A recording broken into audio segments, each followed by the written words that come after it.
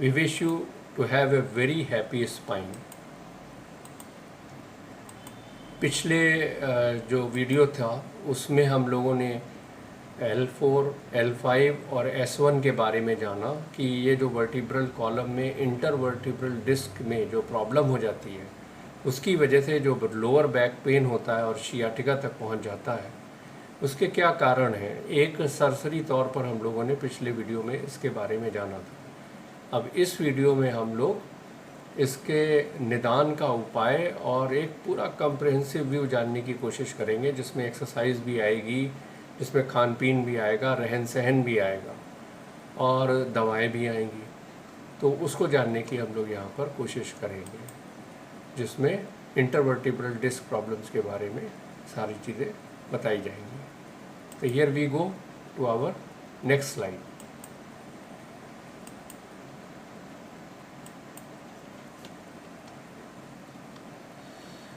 थोड़ा इसको जानने के पहले हम लोग थोड़ा अपना एवोल्यूशनरी बैकग्राउंड, यानी कि किस तरह से हम लोग का जो है एवोल्यूशन हुआ है, उसकी पृष्ठभूमि को भी जानने की ज़रा सी कोशिश करें जल्दी से।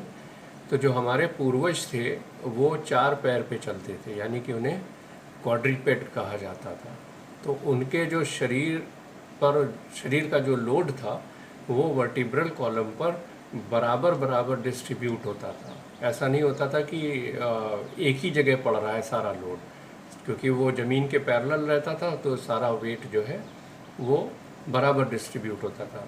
लेकिन क्या हुआ, कालांतर में जब हम लोग का एवोल्यूशन हुआ तो हम लोग जो है वो 4 पैर से चलते चलते धीरे धीरे धीरे धीरे करके 2 पैर पे चलने लगे, यानी क्वाड्रीपेड से हम लोग बाईपेड हो गए। इसकी वजह से क्या हुआ, इसकी वजह से ये हुआ कि जो हम लोग का शरीर का वज़न है वो पूरा का पूरा वर्टिब्रल कॉलम पे पड़ने लगा, और वर्टिब्रल कॉलम के लास्ट की जो हमारी वर्टिब्री रहती हैं, जैसे लंबर रीजन की 4, 5 और सैक्रल 1, उसके नीचे की तो खैर फ्यूज्ड है, तो इसके ऊपर हमारा सारा लोड जो है वो आ गया। एक तरह से कहिए कि ये एवोल्यूशन की देन है, और कोई ऐसा बड़ा ख़ास इसमें हम लोग का ऐसा डेवलपमेंट नहीं हुआ कि ये रीढ़ की हड्डी बहुत मजबूत हुई हो या ये लोड कैरी करने के लिए बहुत ज़्यादा सक्षम है, लेकिन इसमें जैसे जैसे एज बढ़ती है वैसे वैसे फिर प्रॉब्लम आ सकती है। तो एवोल्यूशनरी एस्पेक्ट ये है कि क्वाड्रीपेड से बाईपेड हुए हैं तो हम लोग का सारा वेट जो है वो वर्टिकली जो है वर्टिब्रल कॉलम पर पड़ने लगा है, जिसकी वजह से हम लोग को ये समस्याएं आने की संभावना बनी रहती है। तो अब देखते हैं अगले स्लाइड्स में। तो जल्दी से एक बार कॉजेज़ के बारे में देख लेते हैं कि ये डिस्क की जो प्रॉब्लम्स हैं ये क्यों आती हैं और कितने तरह की प्रॉब्लम्स हो सकती हैं इसमें। सबसे पहले तो देख लीजिए, ये एक नॉर्मल डिस्क का स्ट्रक्चर है, बिल्कुल बेहतरीन बराबर से है, ऊपर वर्टिब्री नीचे वर्टिब्री, बीच में एक डिस्क है जिसकी मोटाई भी अच्छी है, और इसने दोनों वर्टिब्री को दूर करके रखा हुआ है, तो कोई प्रेशर नहीं, कोई कुछ नहीं, स्वस्थ ऐसे होना चाहिए। अब दूसरी बात ये देखिए, यहाँ पर ये कितनी पतली हो गई है, तो इसमें बायोकेमिकल चेंजेस हो गए हैं उम्र के लिहाज से, और इसकी जो शॉक एब्जॉर्बिंग कैपेसिटी है वो भी कम हो गई है। तो ये दोनों हड्डियाँ जो हैं वो पास आ गई हैं तो इसको थिनिंग ऑफ डिस्क बोलते हैं। ये एक और स्थिति है जिसमें डिजनरेशन हो गया है। ये 2 वर्टिब्री जो है वो 4 जॉइंट्स पर काम करती है, जो हिंज की तरह काम करते हैं, जिसमें आप जिसकी वजह से झुक सकते हैं, घूम सकते हैं, अपनी जगह पर ट्विस्ट कर सकते हैं। अगर इसमें कोई प्रॉब्लम आए या तो इसके कार्टिलेज में कोई प्रॉब्लम आ गई, या फेसिया उसको कहते हैं जो आउटर कवरिंग होती है, तो एज की वजह से डिजनरेट हो सकती है, न्यूट्रिशन आपका ख़राब हो, खान पीन ख़राब हो तो हो सकता है, एक्सीडेंट की वजह से भी हो सकता है, बहुत सी चीज़ें, कुछ उसमें चोट लग जाए, चपेट लग जाए, फिर बाद में वो डिजनरेट होने लगे। एक स्थिति ये भी आती है कि बोन्स जो है वो ओवर ग्रो कर जाती है, इनको बोन स्पर बोलते हैं, ऑस्टियोफाइट्स।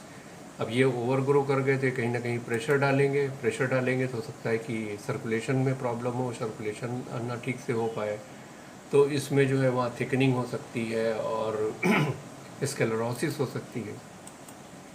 ये हर्निएशन बहुत कॉमन है और ये मुख्य कारण है सियाटिका का, बहुत ही ज़्यादा प्रॉब्लमेटिक है।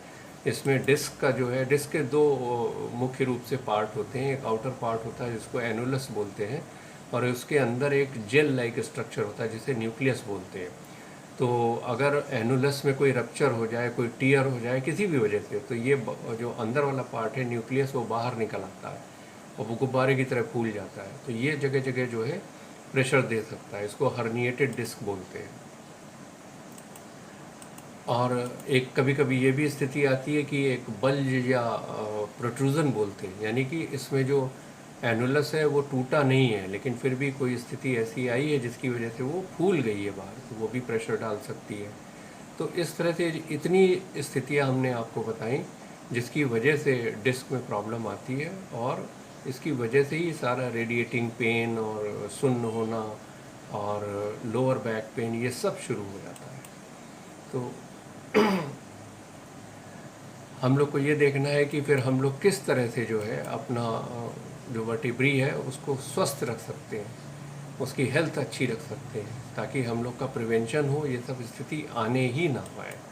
तो आप अपने वर्टिब्रल कॉलम की खास तौर से ध्यान रखिए। हम आगे इसमें बताने वाले हैं अभी कि कैसे ये करेंगे, और लेकिन इसको आपको बेस्ट हाल में रखना होगा ताउम्र।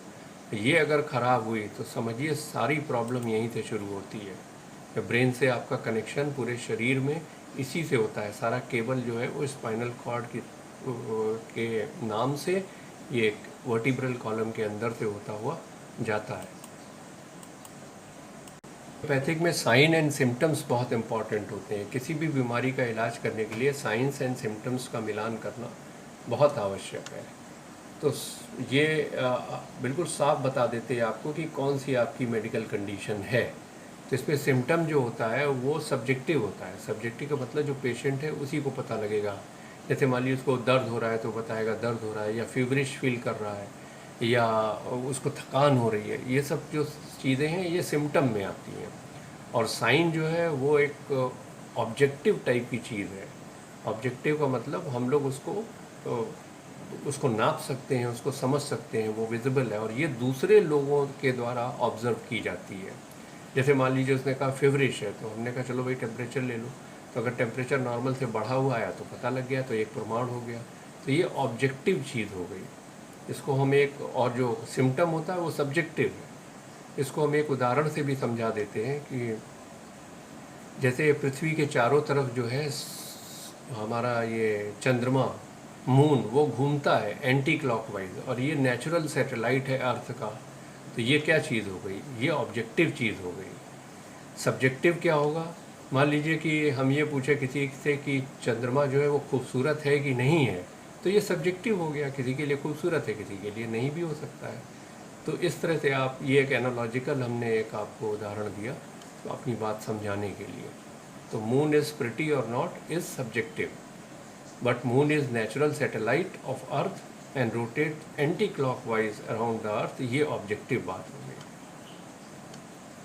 अब ये जो हम लोग की डिस्क की प्रॉब्लम है, इसकी वजह से पेन होता है। तो पेन कितनी तरह के हो सकते हैं ये भी समझना बहुत ज़रूरी है, क्योंकि एग्जैक्ट जो है सिम्टम्स वो मैच कराना बहुत ज़रूरी है, तभी आपको होम्योपैथिक में बेस्ट रिजल्ट मिलेंगे। तो पेन जो है कई तरह के हो सकते हैं। जो नॉर्मल पेन होता है, दर्द होता है, वो अक्सर जो है टिश्यूज़ डैमेज हो जाते हैं या कोई नर्व डैमेज हो जाता है, उसकी वजह से आपको दर्द होता है। ये स्पैज़मोडिक भी हो सकता है। स्पैज़मोडिक का मतलब ये हो गया कि आप इसका उस पर कंट्रोल नहीं है और अचानक कोई मांसपेशी आपकी संकुचित हुई तो आपको दर्द हुआ, तो उसको स्पैज़मोडिक बोलते हैं। रेडिएटिंग पेन जो होता है वो एक जगह से शुरू होगा और किसी नर्व के रास्ते होते हुए दूसरी जगह तक चला जाएगा, जैसे शियाटिका में होता है। वो रीढ़ की हड्डी से शुरू होगा, फिर आपके हिप से होता हुआ, पैर से होता हुआ फुट तक चला जाएगा, वो रेडिएटिंग हो गया। क्रैम्प, क्रैम्प भी जो है वो एक तरह का स्पैज़मोडिक पेन होता है, लेकिन ये जल्दी जल्दी होता है। मतलब एक बार आपकी मस्कुलर जो है कंट्रैक्शन हुआ और वो वापस पहुंच नहीं पाया, फिर से हो गया। और ये ओवर यूज़ की वजह से होता है, या जब हम व्यायाम कर रहे होते हैं या सो रहे होते हैं रात में, तब भी ये होता है। तो ये जो है कंटिन्यूस स्पैज़मोडिक पेन होता है, इसको क्रैम्प बोलते हैं। टिंगलिंग पेन जो है ये कुछ झुंझुनी या चुभने सा सनसनी टाइप की दर्द जो है इसको बोलेंगे। बर्निंग पेन जो है उसमें जलन होती है, ये जैसे कोई अगर आपको कोई चाकू मार दे या कुछ मार दे उस तरह का जो दर्द होगा उससे अलग होगा, है ना, जलन टाइप की इसमें होती है। इलेक्ट्रिक पेन में लगेगा जैसे आपको बिजली का करंट लगा रहा है कोई, हल्का हल्का ही उसमें होता है। नंबनेस में सुन्नपन होता है कि आपका लगेगा कि कोई हिस्सा सुन्न हो गया, उसमें कोई सेंसेशन नहीं रहा। और इंटरमिटेंट पेन जो है वो रह के होता है, उसकी कोई फ्रीक्वेंसी नहीं, कभी हो रहा है कभी नहीं, कभी हो रहा है कभी नहीं, लेकिन कभी कभी फ्रीक्वेंट भी होता है, रह के हो रहा है। लेसरेटिंग पेन जो है ये जैसे कोई आपको कट कर दे, कहीं टीयर कर दे, घाव कर दे, तो जिस तरह का दर्द होगा उसको बोलते हैं लेसरेटिंग पेन। थ्रॉबिंग पेन जो होता है वो टीस की तरह उठने वाला दर्द, जैसे कभी कभी सर में होता है कि आपको बहुत टीस कर रहा है, वो उस तरह का दर्द होता है। सोरनेस जो होती है वो अनकंट्रोलेबल फीलिंग, मतलब बड़ी दुख की स्थिति, व्यथा हो गई है आपको बहुत ज़्यादा, कुछ आपको मेंटल स्ट्रेस हो गया उसकी वजह से आपको, उसको सोरनेस बोलते हैं। और एक्सक्रूएटिंग पेन जो होता है ये बहुत ही असहनीय होता है, बड़ा तीव्र दर्द होता है और बहुत परेशान करता है ये। तो ये कुछ हमने दर्द के आपको डेफिनेशंस दी जिससे आपको पता चल सके कि अगर आपको ये डिस्क वाली प्रॉब्लम है तो किस तरह का दर्द हो रहा है, उसी के अनुसार जो है दवाएं निर्धारित होती हैं।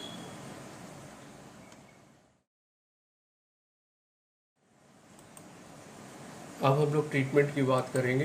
ट्रीटमेंट में मेडिसिन आएगी, लाइफस्टाइल आएगी और न्यूट्रिशन आएगा।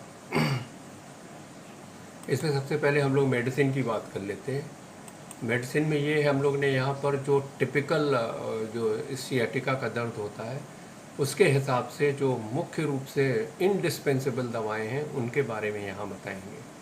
कि कांस्टेंट लोअर बैक पेन होगा, आपको अनकंट्रोलेबल वीकनेस होगी लोअर लिम्स में, और नमनेस होगा पैरों में, और जो मोस्ट कैरेक्टरिस्टिक फीचर है वो ये है कि रेडिएटिंग पेन होगा जो आपके हिप से होता हुआ, पैरों से होता हुआ नीचे फुट तक चला जाएगा।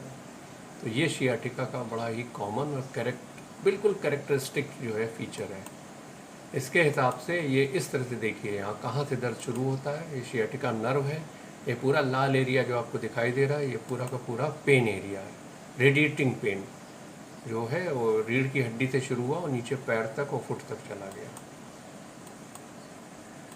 तो दवाएं जो हैं वो होम्योपैथिक दवाएं बेस्ट बेट हैं और बड़े एक्सेलेंट रेमेडीज़ हैं, बड़े अच्छे रिजल्ट्स देती हैं।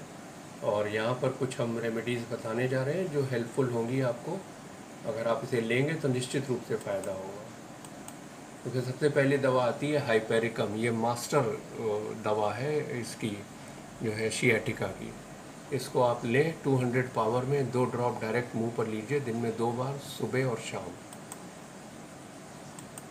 दूसरी दवा है विस्कम एल्बम, ये भी 200 पावर में लीजिए, 2 ड्रॉप डायरेक्ट आप मुंह पे लें रात को सोते समय। तीसरी दवा है आर्निका, आर्निका 200, ये भी आप 2 ड्रॉप लें सवेरे सवेरे सो के उठें, सबसे पहले 2 ड्रॉप आप सीधे अपने ज़बान पर डाल लें।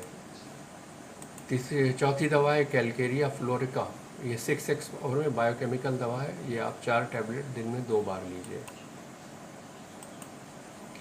और एक रियोमाटोन ऑयल आता है, ये लोकल एप्लीकेशन के, जहाँ दर्द हो वहाँ आप लगाइए दिन में 2 बार। मसाज नहीं करना है, सिर्फ लगाना है हल्के हाथ से। और दही और कॉफ़ी का सेवन एकदम बंद कर दीजिए, तो ये दवाएं बहुत अच्छी तरह से आपको असर करेंगी। और कोई भी 2 दवा के बीच में आप जो है वो 10 मिनट का गैप रख दीजिए। और कोशिश करिए कि जब आप दवा खाएं तो उसके 15 मिनट पहले और 15 मिनट बाद कुछ ना खाएं, मुंह एकदम साफ रहे आपका। तो चलते हैं अगली स्लाइड की ओर।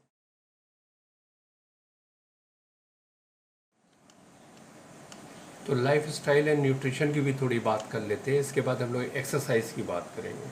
तो प्रॉपर नाइट न्यूट्रिशन लीजिए, अच्छा खाना खाइए, कैल्शियम रिच होना चाहिए, और विटामिन D3 भी आप लेते रहें, B12 भी लेते रहें, तो इससे जो है बोन का डिजनरेशन और ये सब प्रॉब्लम जो है वो कम होगी या होने नहीं पाएगी। एक्सरसाइज जो है वो नेग्लेक्टेड रहती है, अगर आप एक्सरसाइज नहीं करते तो आपके शरीर का पूरा मेटाबॉलिज्म ही गड़बड़ रहता है, तो उसको प्रॉपर बैलेंस में लाने के लिए एक्सरसाइज करना बहुत ज़रूरी है। अभी हम अगले स्लाइड में एक्सरसाइज के बारे में आप लोगों को बताएंगे। और अगर आपका वज़न ज़्यादा है यानी आप ओबेस हैं, ओबेसिटी है, तो पीछे वाले हिस्से में आपको रीढ़ की हड्डी में प्रॉब्लम आएगी ही आएगी और ये प्रॉब्लम को बढ़ा देगा। और आपका जो वेट है वो आपके हाइट के हिसाब से, आपकी उम्र के हिसाब से प्रॉपर स्लैब में रहना चाहिए। आपका बॉडी मास इंडेक्स वो कैलकुलेट करिए, नेट पे देखिए, वो बहुत बढ़िया चीज़ होती है। और प्रॉपर पोस्चर, आप घर पर हैं या आप कहीं काम करते हैं, हर जगह आप बिल्कुल अपराइट बैठिए, ठीक से बैठिए, ठीक से उठिए, चलिए ठीक से। ऐसा ना है झुके झुके चल रहे हैं या कर्व बना के बैठे हुए हैं, वो सब उचित नहीं, उससे सब प्रॉब्लम आएगी ही आएगी। अगर आप कुछ वज़न वगैरह उठाते हैं तो उसके लिए भी प्रॉपर जो है तरीका होता है वज़न उठाने का। अपने शरीर से दूर कभी वज़न मत उठाइए, उससे बहुत प्रॉब्लम हो सकती है। और लाइफ स्टाइल में अपने मॉडिफिकेशन करिए। आपकी अगर सीडेंट्री लाइफ स्टाइल है तो वो बिल्कुल नहीं चलेगी, आपको एक्सरसाइज करना पड़ेगा और थोड़ा एक्टिव बनना पड़ेगा। तो ये जो अपनी स्पाइनल कॉर्ड है उसको आप बिल्कुल मजबूत स्थिति में रखिए, जैसे यहाँ पर दिख रही है। आपका स्पाइनल कॉर्ड अच्छा होना चाहिए, आपकी डिस्क में न्यूक्लियस और एनुलस इसकी हेल्थ अच्छी होनी चाहिए, जो बोनी स्ट्रक्चर है वो मजबूत होना चाहिए, उसमें कैल्शियम की कमी नहीं, टूट फूट नहीं होनी चाहिए, सब कुछ बढ़िया रखना है। और ये आपको इन्हीं सब पॉइंट से अगर आप अमल करेंगे तो आपको समस्या जो है वो आने पाएगी नहीं। ये बहुत ज़रूरी है। चलते हैं नेक्स्ट स्लाइड की ओर, जिसमें एक्सरसाइज के बारे में बताया है। एक्सरसाइज करना बहुत ज़रूरी है और एक्सरसाइज करने के लिए ये एक हमने यहाँ पर एक स्केचेस दिए हुए हैं। इस स्केचेस को देखकर आप बड़ी अच्छी तरह से समझ सकते हैं कि एक्सरसाइज कैसे करनी है। एक्सरसाइज अपनी सुविधा अनुसार, अपनी सामर्थ्य अनुसार करिए। और अगर जो है आपको नहीं समझ में आ रहा है तो आप फिजियोथेरेपिस्ट की मदद लीजिए, ज़बरदस्ती एक्सरसाइज करने की कोशिश मत करिए। यहाँ पे हम 4 एक्सरसाइज आपको बताएंगे जो बड़ी आसान है, और वो ऐसी एक्सरसाइज हैं जो या तो पेट के बल लेट के की जाए, या तो पीठ के बल लेट के की जाए, या तो चारों पैर पर की जाए, हाथ पैर पर की जाए। जैसे हमारे एंसेस्टर्स थे जो क्वाड्रीपेड थे, उस पोजीशन में रहकर किया जाए तो आपके रीढ़ की हड्डी जो कि पहले से ही प्रॉब्लम में है उस पर ज़्यादा जोर और परेशानी नहीं आएगी। उसमें सबसे पहली एक्सरसाइज ये है कैट एंड कैमल। ये करिए, पेल्विक लिफ्ट करिए, और ये करिए क्या कहते हैं एक्सटेंशन एक्सरसाइजेस, और ये पैर को और हाथ को अल्टरनेट उठाने वाली एक्सरसाइज। ये 4 एक्सरसाइज अगर आप करेंगे घर में रेगुलर, तो शुरू में आपको आपके शरीर में जब आप ये एक्सरसाइज करेंगे तो विभिन्न मसल्स जो कभी नहीं चली हैं या कम चली हैं वो सब चलेंगी। जब चलेंगी तो उसमें ब्लड जाएगा तो ऑक्सीजन लेकर जाएगा, क्योंकि ऑक्सीजनेटेड ब्लड पहुँचेगा जिसे प्राणवायु कहते हैं, और वहाँ पर भोजन पहुँचेगा तो मसल मजबूत होगी तो वो उस हिस्से को पकड़ के रखेगी, उसे बाएं दाएं भागने नहीं देगी। और इन मसल्स का, लिगामेंट्स का और टेंडन्स का, इन सब का मजबूत होना बहुत आवश्यक है। यही पूरी रीढ़ की हड्डी को सही जगह पर पकड़ के रखेंगे, तभी आपको जो है इस एक्सरसाइज का लाभ होगा। तो शुरू में इन सब मसल्स जब चलेंगी तो आपको दर्द होगा 1, 2, 3, 4 दिन, लेकिन धीरे धीरे वो दर्द ख़त्म हो जाएगा और फिर आपकी मसल्स और ये सब मजबूत हो जाएंगी, तो आपकी हड्डी में जो प्रॉब्लम है रीढ़ की हड्डी में वो धीरे धीरे कम हो जाएगी और आपका जो डिस्क जो प्रॉब्लम में आया है वो भी रिपेयर हो जाएगा। तो ये इतनी चीज़ें हमने आपको बताई। अगर आपको चीज़ें अच्छी लगी हो तो प्लीज़ ये चैनल सब्सक्राइब करिए और कमेंट में लिख करके हमें बताइए। इसी तरह से हम अगले और भी टॉपिक्स पे बढ़िया विस्तृत वीडियो लेकर के आने वाले हैं। तो आपको सबको विश करते हैं हैप्पी स्पाइन, और आप लोग अच्छी तरह से जो है अपने स्पाइन का ख्याल रखिए, उसे मजबूत रखिए और स्वस्थ रहिए। तो मिलते हैं नेक्स्ट वीडियो में एक नए टॉपिक के साथ। तब तक जय हिंद, जय भारत, वंदे मातरम।